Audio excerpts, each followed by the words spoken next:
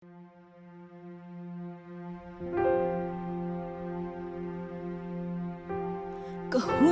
kalto di kathir changin vui na za na in min hwal ve van lam kathir bay se na ne ikut pha ro puin min chel min câu la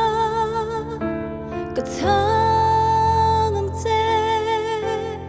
bất thiên anh kim ti thay cả ring nghe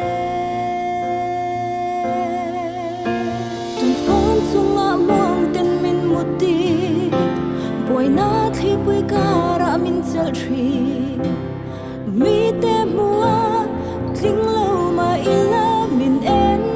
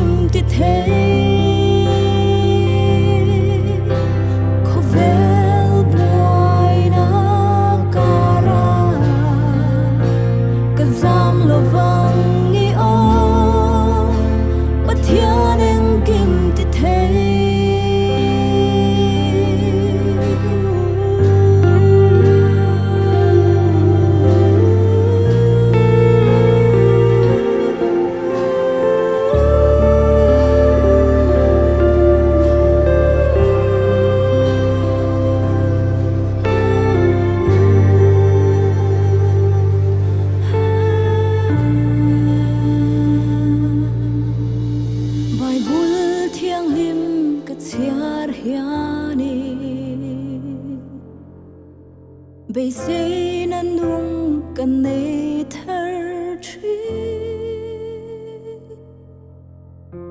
rin na nen malam ka thi re so chang ma se min pui min câu la